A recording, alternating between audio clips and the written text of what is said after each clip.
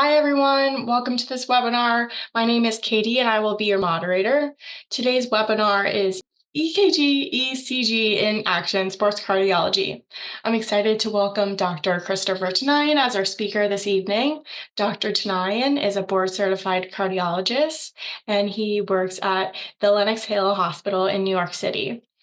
Before I get started, I'd like to take a moment to go over some quick housekeeping. If you have a question, please type it into the Q&A and we'll address them at the end of the webinar. And CE is not available for this webinar live or on demand. Welcome, Dr. Tanayan, and thank you so much for being with us tonight. I'll pass it over to you now. Thank you for inviting me to talk about how we use EKG in sports cardiology and essentially how we care for the athletic heart. I want to start off with just going through a few recent events that has happened in the world of sports that's gained significant media attention. Starting off with LeBron James's son, Bronny James, who had a sudden cardiac arrest event during practice at USC. Damar Hamlin, if you can remember, over a year ago, had a sudden cardiac arrest on the field while on live TV and had immediate attention at the sideline, and now is playing again. This is a dramatic photo of Anita Alvarez being rescued by her coach during the World Aquatics Championship in 2022. Keontae Johnson also had a sudden cardiac arrest that was caught on camera as he was practicing. And then Christian Eriksen in 2020 had a sudden cardiac arrest and had CPR on the field. I started off with that. Of course, those are all success stories because all of those athletes have been revived and are all doing well now back in play. But not everyone is as lucky. And I'd like to discuss with you the incidence and etiologies of sudden cardiac arrest in athletes and explain the rationale and the tools that we use for screening and prevention. We'll review EKG cases and imaging and physical exam findings that's pertinent to sports participation evaluation. And we'll understand the exercise paradox and the purpose of using cardiopulmonary exercise testing in modulating the risk and understanding the risk in these patients. If you look at sudden cardiac arrest and death incidence studies in athletes, you'll see a spatter of different types and looks of pie charts, as you can see here.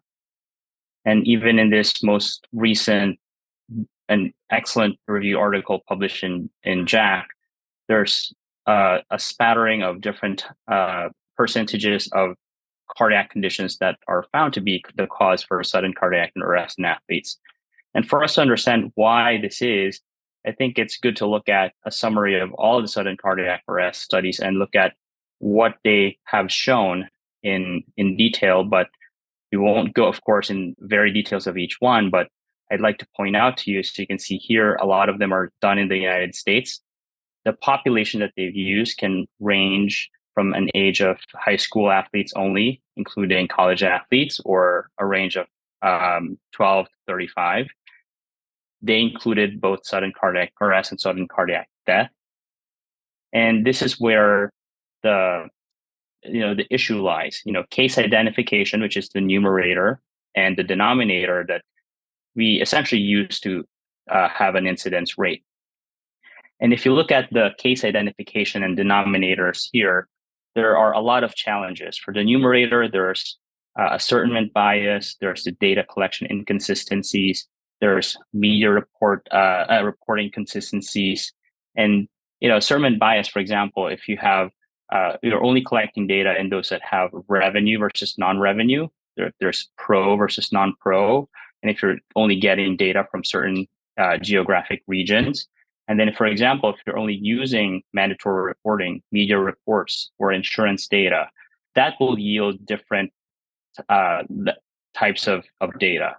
So you see here, the incidence rate can now range from as frequent as 1:21,000 to as high as to as low as 1:154,000.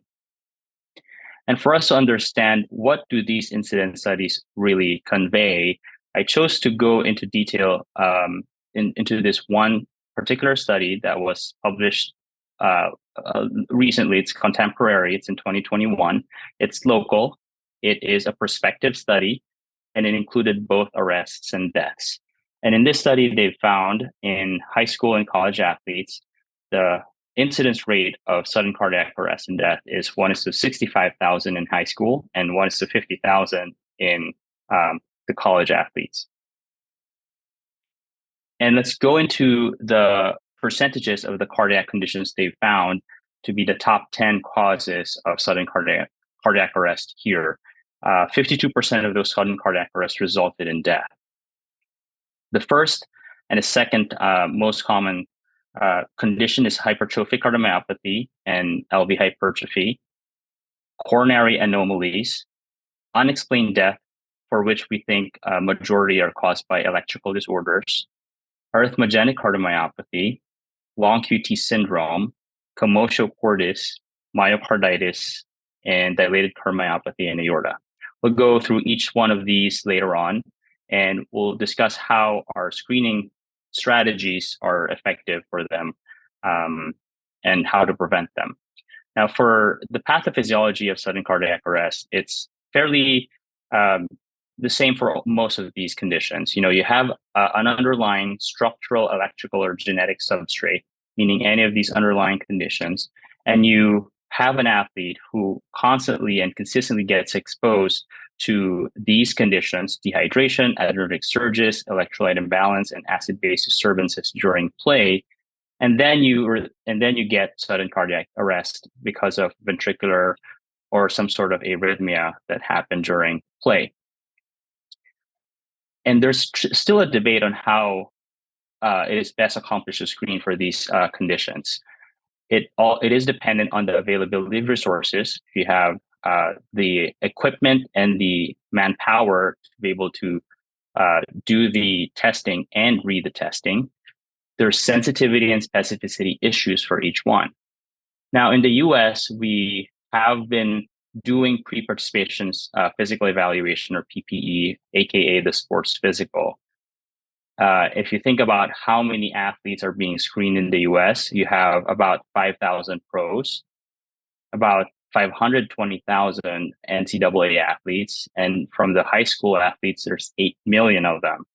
So in Italy, in Europe, particularly in Italy, they do ECG screening on all athletes. That is what is being done in some of the D1 schools here in the United States. And of course, in the pro level sports, there's more resources. And so you have the ability to have echocardiograms done for these athletes. Now, as for the ECG in particular, there are pros and cons to doing an ECG for every athlete. And we'll talk about the pros first. As you know, it's relatively cheap and available. And it has been shown in studies that the cost of workup for every disease identified has been significantly lowered. And through the years, the iteration of the ECG criteria for athletes has evolved and has increased its sensitivity from 20% to 94% and has decreased the low positive rates. The cons of ECG screening would be, if there's false positives, it may lead to unnecessary anxiety testing and procedures, and you may inadvertently disqualify someone who truly doesn't have any abnormality and affect their career throughout their life. It's still a resource burden, as you can think of it. It's still something that needs to be done. For example, if you are going to do EKGs in those 8 million high school athletes, and there's truly not enough strong data to support that it saves lives, except for this one that has been published in JAMA in 2006. It's represented here by the pink line. It is a study that came out of the Veneto region in Italy, when they found that when they compared the incidence rate of sudden cardiac arrest and death before and after an Italian sport law was enacted in the early 1980s, when they mandated EKG screening for all athletes participating in sports, they found that point A and point F is significantly different, as you can see here. It's much lower after that sport law was enacted, making them conclude that EKG saves lives. Now, if you compare that with a study that was done in Minnesota of a similar demographic, that only in the United States, as we know, it's only PPE that we use here. We don't do ECG for all athletes. The incidence rate in that study has been the same throughout that observation period. And it is as low as it is as point F for that study in Italy. And then the other study that went against this EKG saves lives theory is that in Israel, they also had a similar sport law that mandated EKG screening for all athletes. The benefit of this study is that they were able to look back on the incidence rates prior to that law being enacted. And they found that in point C, which is much, much earlier than that sport law, and point G, which is after the sport law, it's no significant difference. And if you notice, these sport laws on mandating EKG have been enacted after a cluster of events here. As you can see, point D and point A, and point B, you have a sudden spike of sudden cardiac arrest and death in athletes that gave a reactionary law enactment effect. Now, regardless of whether we know whether if it saves lives or not, in the sports cardiology world, we have, of course, tried our best to refine the criteria that's specific to the athlete. And the most recent iteration of that is the 2017 international criteria that's been published in the European Heart Journal in 2018, known as the 2017 international criteria. Essentially, this is the core and the summary of that document. It gives you 3 classifications of ECG findings, whether it's in the green, yellow, or the red. Normal ECG findings do not require further evaluation. 2 or more borderline findings, such as axis deviations, atrial enlargement, and complete right bundle, requires further evaluation. And all these findings in the red require further evaluation by the physician. And why is an athlete's heart different, if you will ask, from a regular person? So there's this phenomenon called exercise-induced cardiac remodeling. It's essentially what creates an athlete's heart. If you look at the normal pre-training heart, this is the structure of the left ventricle and the right ventricle, and you subject that to intense endurance training, regular exercise, you would see changes in that heart structure, particularly eccentric LV hypertrophy, which is hypertrophy of the LV muscle, and dilation with concomitant dilation of the LV chamber, and some concomitant dilation of the RV and both atria. And this is in response to the high volume load that the heart sees during endurance activity, as you need to, supply your muscle continuously with blood flow throughout a long period of time. That stretches out your LV chamber. Now, contrast that to someone who is primarily doing strength training, you would see more of a concentric LV hypertrophy pattern instead of eccentric hypertrophy, because the chamber does not dilate as much. And this is because of the constant and a lot of pressure load that's being imparted on the heart. For example, if someone is doing heavyweight lifting all the time and that heart sees fluctuations in blood pressure and rises in blood pressure as high as greater than 200 millimeters mercury, you'll see this kind of change in the heart structure. And of course, sports do not only involve one specific type of activity. It will be a blend. It will be a blend of both resistance strength activities and endurance activities. And as you can see here, the heart will also evolve and adapt the same way, depending on how much endurance and dynamic component and static component you're imparting on the heart. And that's exactly how we classify sports in sports cardiology, depending on how much dynamic and static component the heart's seeing. And if you look at a gymnast's heart and contrast that to a soccer player's heart, you will see a significant difference in the way they look. And an athlete's heart becomes, questionable sometimes if there is an overlap with certain heart conditions or cardiomyopathies. And listed here, you can see dilated cardiomyopathy, myocarditis, ARVC, and HCM can look like an athlete's heart. There's a gray zone or a gray area that essentially is the overlap of the athlete's heart and pathology. And this is when the ECG screening becomes important, because there are certain EKG findings that, as we said, is always abnormal and should warrant further testing. And I'll just go through each of these quickly so that when I show you EKGs later on and you think about the EKG, you'll at least have some review of what is considered to be abnormal all the time. All right, so you can see here T-wave inversions, SE segment depression, pathological Q waves, complete left bundle, a Q restoration that's greater than 140 milliseconds, an epsilon wave, which is that bits of a blip of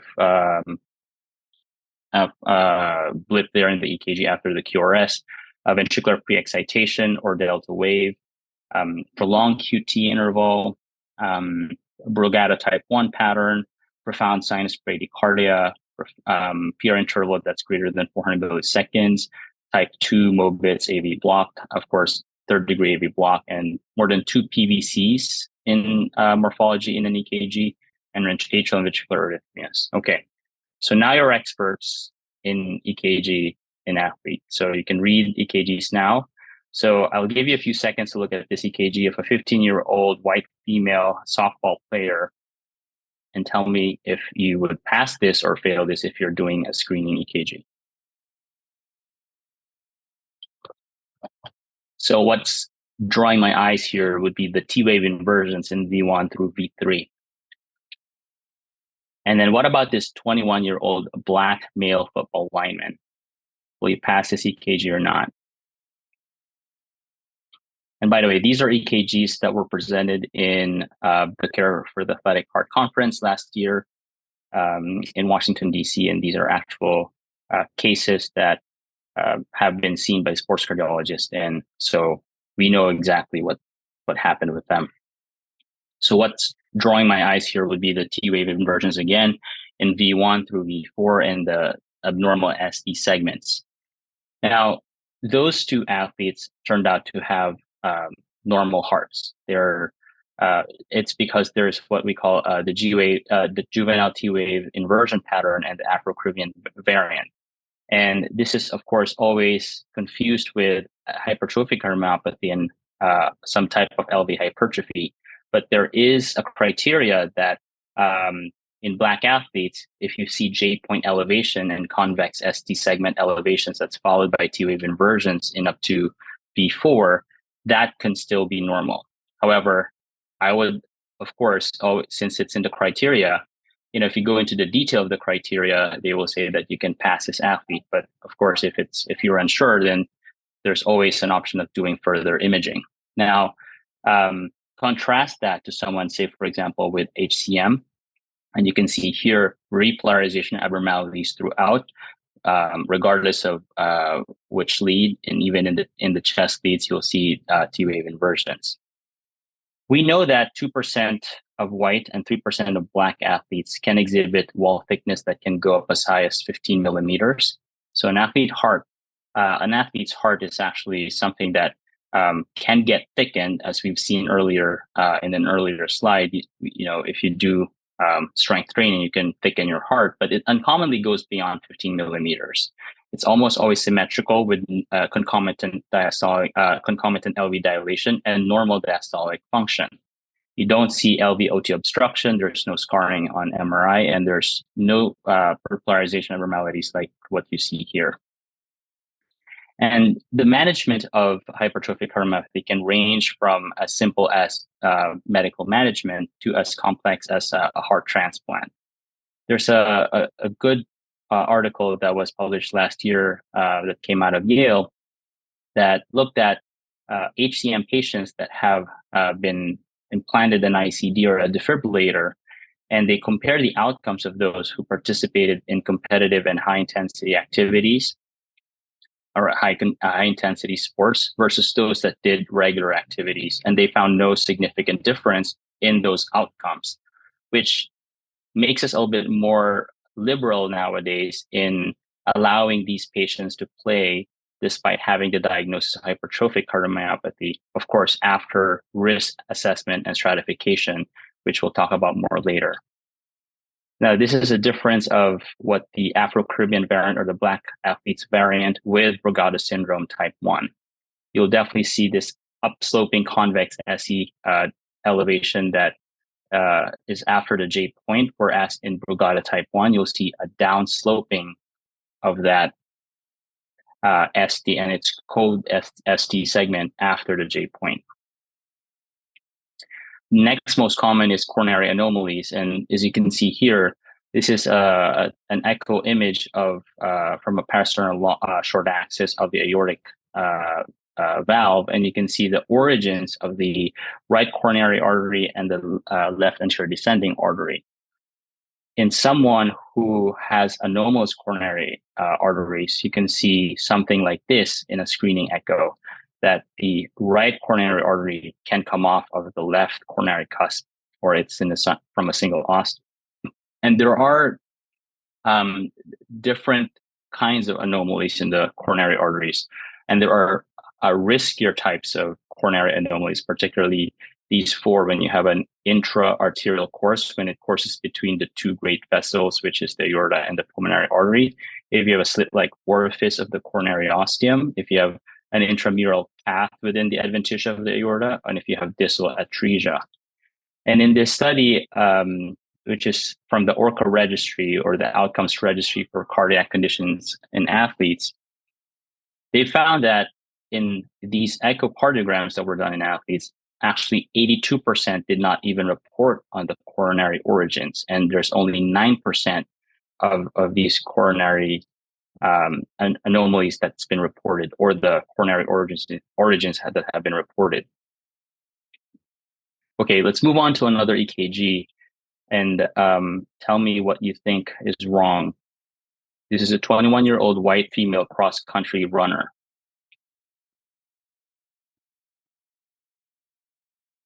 Okay, so what draws my eyes is the very small voltages that you find throughout.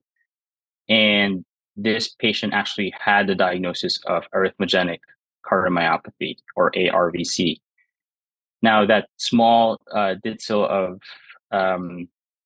blimp there after the QRS is what an epsilon wave is. It's very subtle and it's hard to determine that for sure. And the T wave inversion that you see in V4 is a sign that something might be abnormal.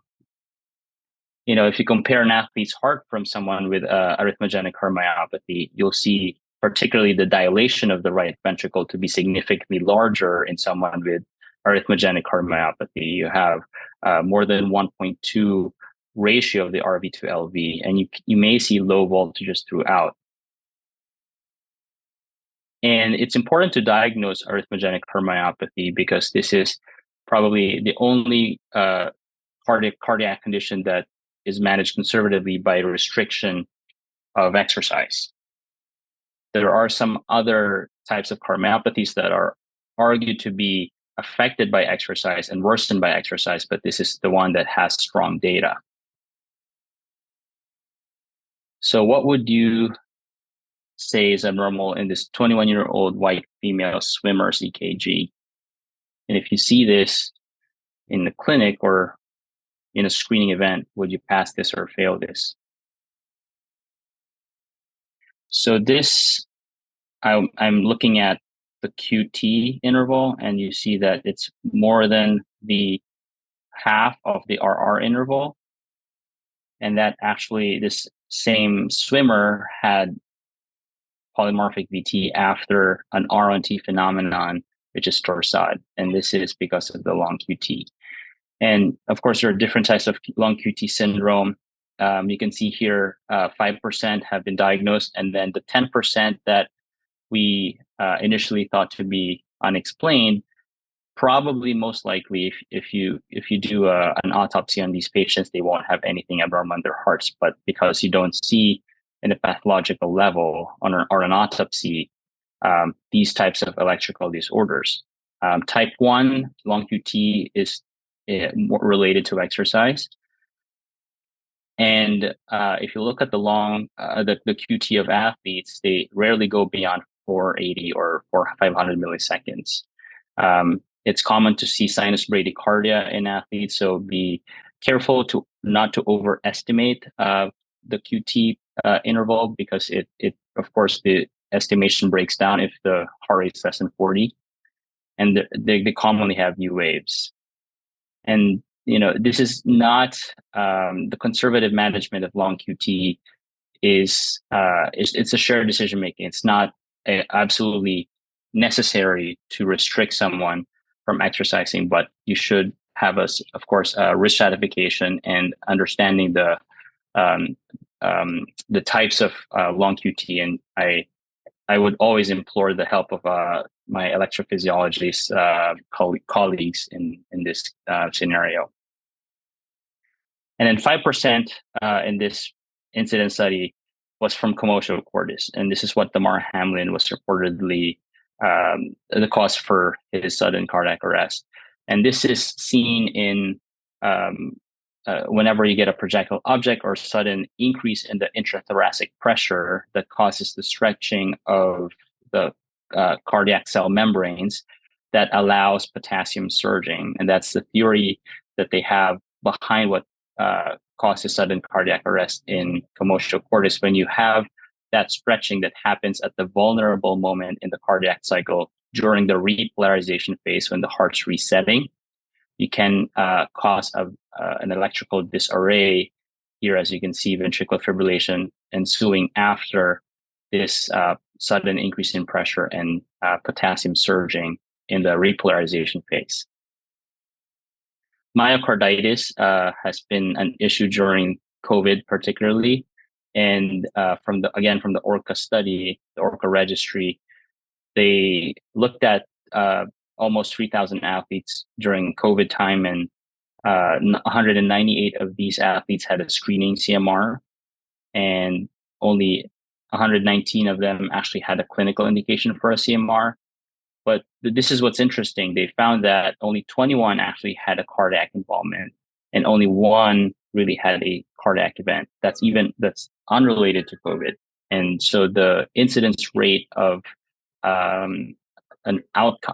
very bad outcome is very low in terms of myocarditis. And for those that have persistent symptoms, even after 4 weeks of a diagnosis of COVID, they found that majority of these patients have the symptom of chest pain to signify that there is a cardiac involvement. So the other symptoms you may consider to be non-cardiac. So if someone is presenting, say an athlete is presenting to my office with chest pain 3, 4 weeks or even 12 weeks after their diagnosis of COVID, that's when I would usually reach for a cardiac MRI to make sure that there's no cardiac involvement. And lastly, dilated cardiomyopathy and aortic pathologies, 3%.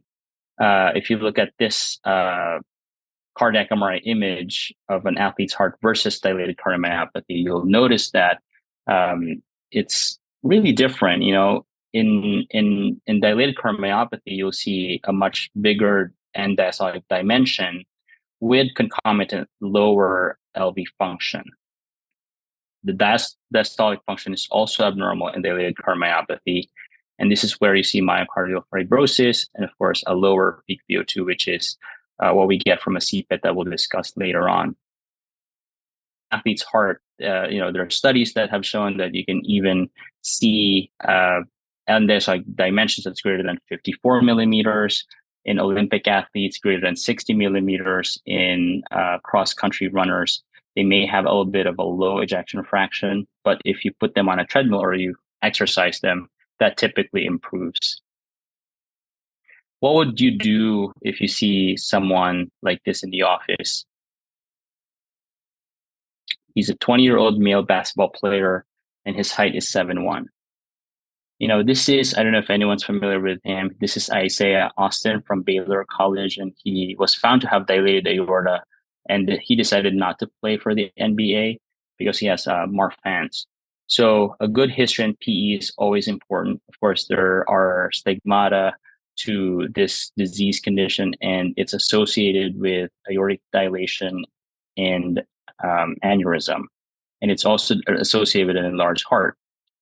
So these are the pre-participation questions, and what has been recommended by all these societies: HAACC, AAFP, ACSM. But I distill this to this summary. This is essentially what you need to know if you're trying to screen for an athlete. Has there been any exertional chest pain, dyspnea, palpitations, any history of syncope, murmur, hypertension, any restriction of sports, testing for heart conditions, anyone in the family who died before 50 or has been disabled from a cardiac condition before 50?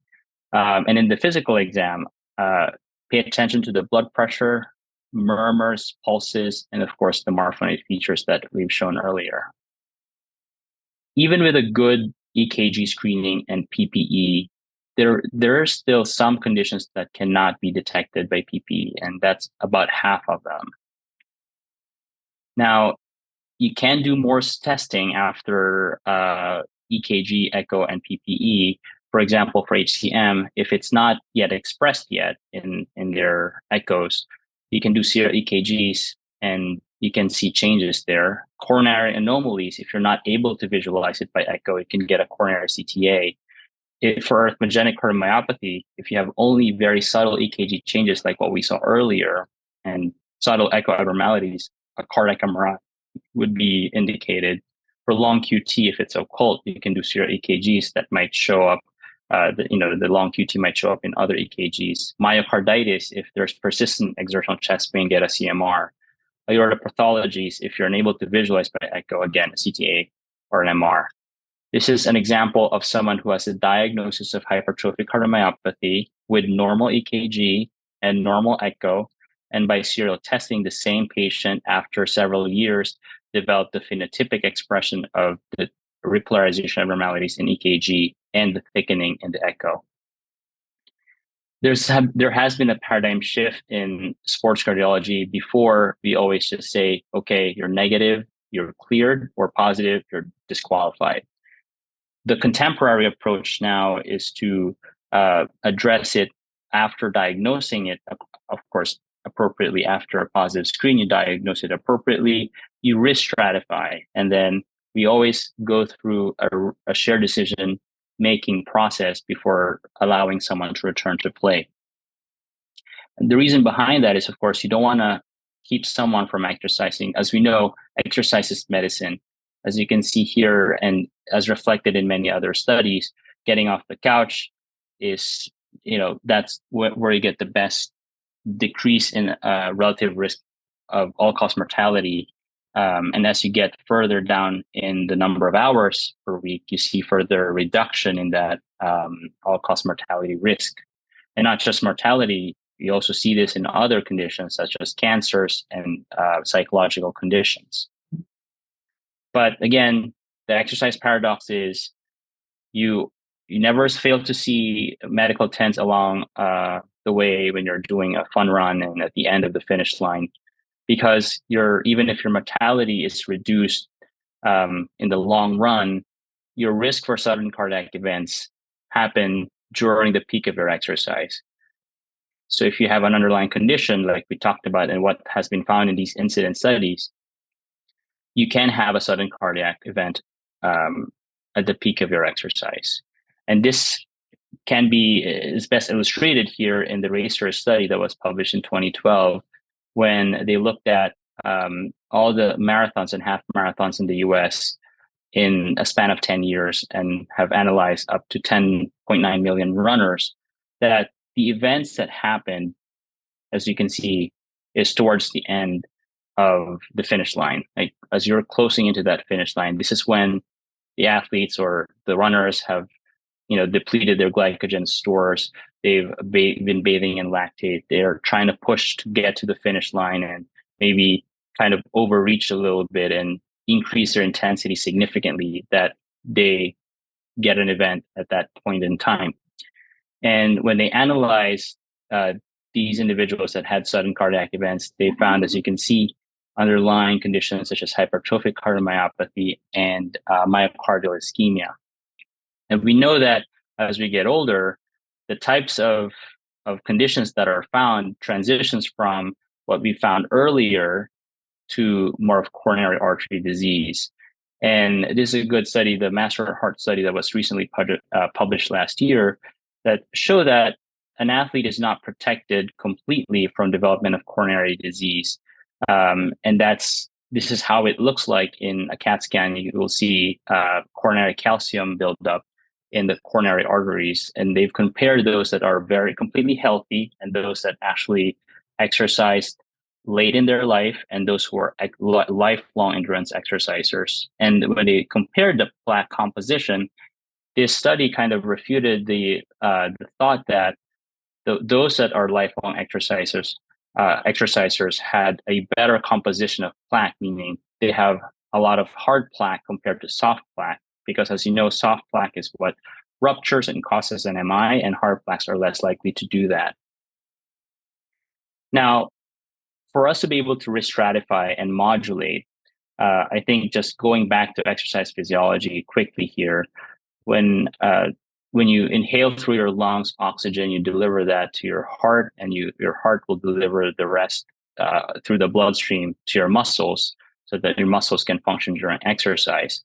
And this is measured to be a metabolic equivalent of task for you to be able to function at baseline metabolic functioning. You have to consume 3.5 mils per kilogram per minute of oxygen. And as you exercise more and as you increase the intensity of exercise, you consume more oxygen, and you multiply that 3.5 mils times 2 times 3. And this is how we actually grade the intensity of exercise. So low would be up to 3x, 3 times that METs. Moderate is up to 6 METs. Vigorous or high will be greater than 6 METs. Now, if you can imagine, of course, someone who has heart failure walking briskly may be already too much. But if you have an athlete doing that, that is probably nothing. So, these intensity recommendations probably only would work for those who are in the middle, those that are generally healthy, no conditions, but also not athletes. But this kind of system breaks down in the extremes of cases. So individualizing the recommendations for exercise is important. And the way we do that is by doing cardiopulmonary exercise testing. And this is when you have a patient wear a mask that measures the oxygen consumption and CO2 production with graded exercise. And as you can see here, there's a ton of information that we get from a CPET versus just an EKG treadmill stress test. And the way we do it is we have someone do work at an increasing manner or graded manner through time. So as someone does work, you will see an increase in the workload. And as you increase the workload, of course, your muscles will need more oxygen. So that's represented by the open red dots. And then you produce carbon dioxide in exchange for oxygen. And as you get to a point that your heart and vascular or there's already a limitation to the delivery of oxygen to your muscles, you start developing lactate. And lactate is an acid. And so we always find this lactate threshold or anaerobic threshold during a CPET, but more appropriately, we would term it ventatory threshold because we're measuring ventatory parameters.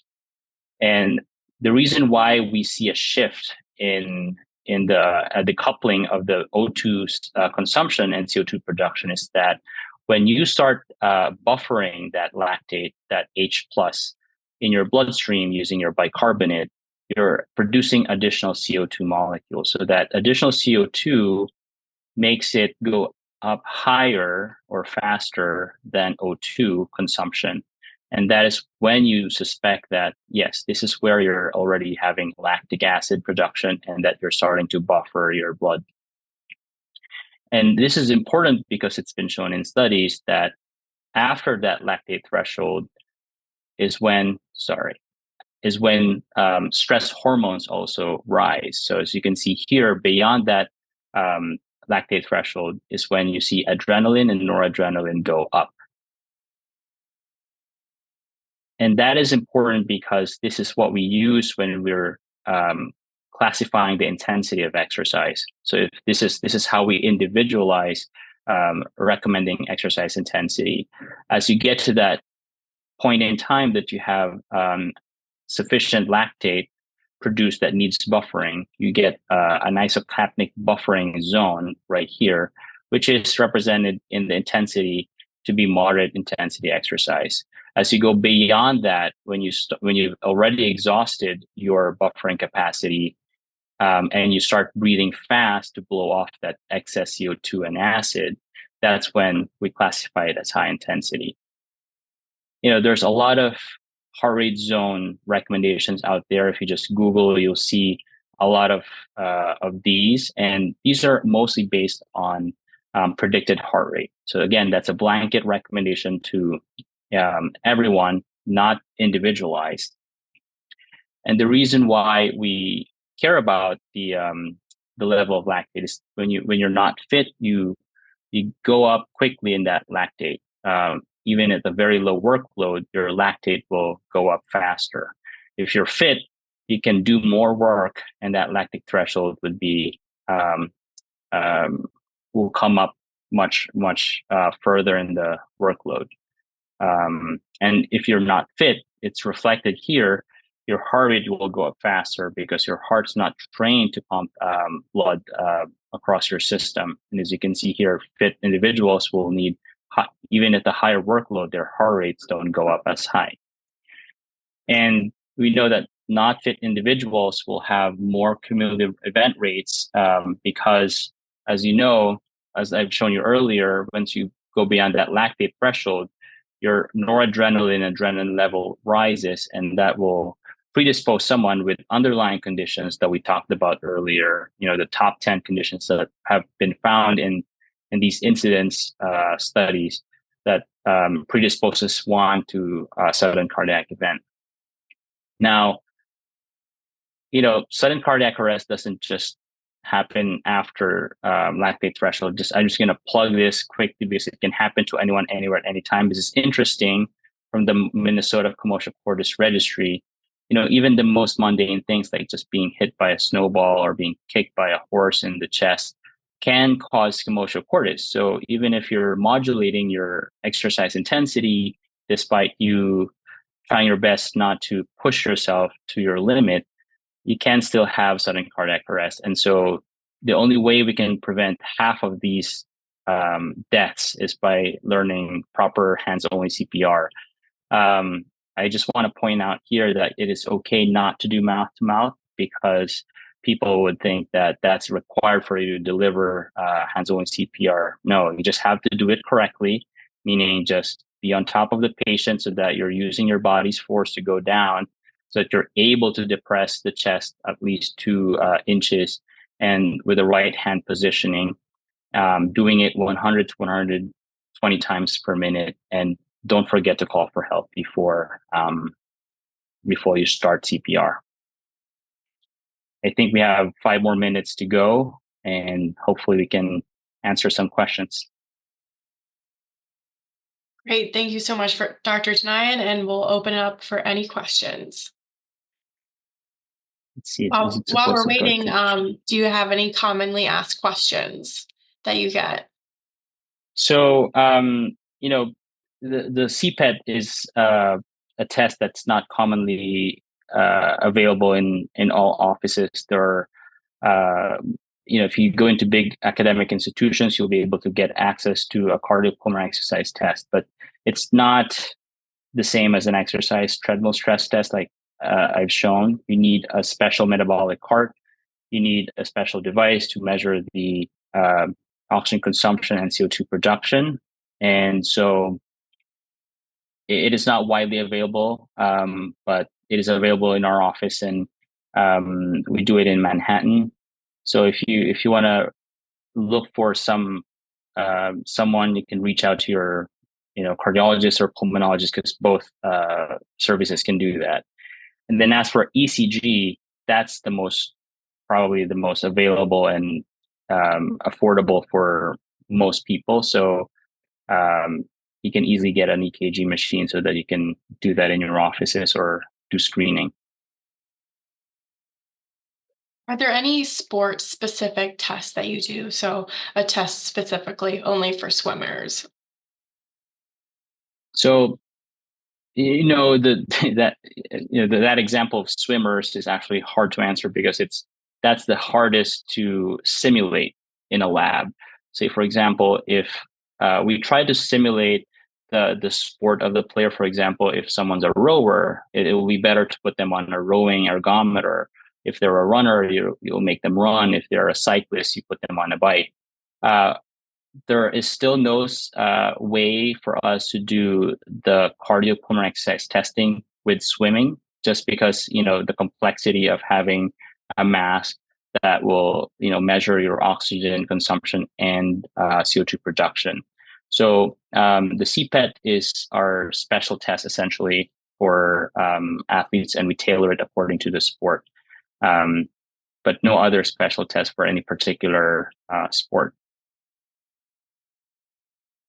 Great, thank you. Do you foresee EKGs being mandated for athletes in the near future? I don't see that, just because of the pros and cons that we've talked about earlier and the data that's available. Um, I don't think that it will be mandated. And for you to have EKG done on every single athlete, say including high school athletes, you have to ensure appropriate expertise in interpreting them. Because if you imagine, if an EKG gets read by someone who's not using the athlete specific criteria, a lot of these normal EKG findings can be labeled as abnormal, and you can sideline an athlete without good reason, and can cause, of course, significant repercussions in their future. Say, for example, if you sideline them too long, they decondition, they miss out on, say, tryouts or scouts, etc. It is dangerous to apply this to everyone, but of course, areas and in places where you have all the resources available, including subsequent testing, like cascade of tests that you need after you find something abnormal. If you can do things quickly, for example, if you did a quick echo, if you did an MRI, if you have these things available, then screening EKGs makes sense.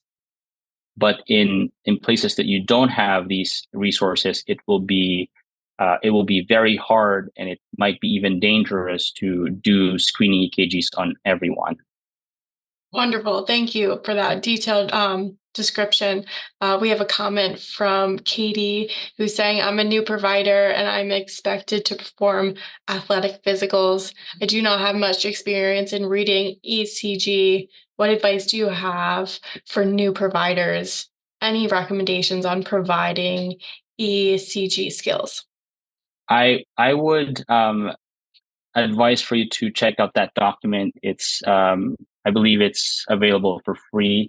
That 2017 international. So if you just type 2017 international criteria for athletes ECG by Dr. Sharma, you'll be able to pull up that document, and it has a lot of the details that you need to equip you in reading EKGs. And of course, if you're doing huge screening events, if you're screening up to hundreds of athletes at a time, of course, it's going to be quick and fast.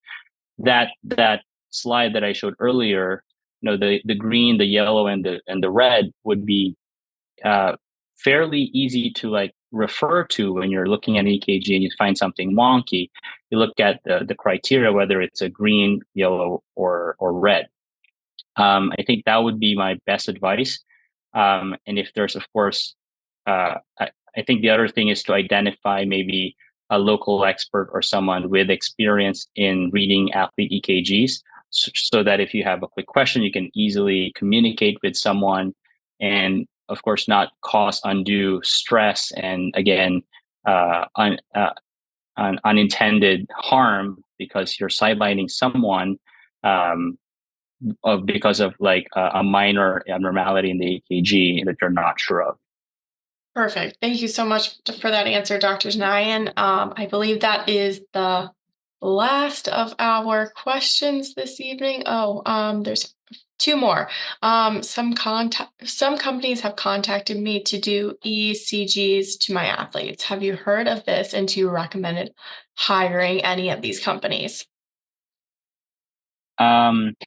So it depends on the company. I mean, depending on, because there are AI has been utilized to apply the criteria to reading EKGs.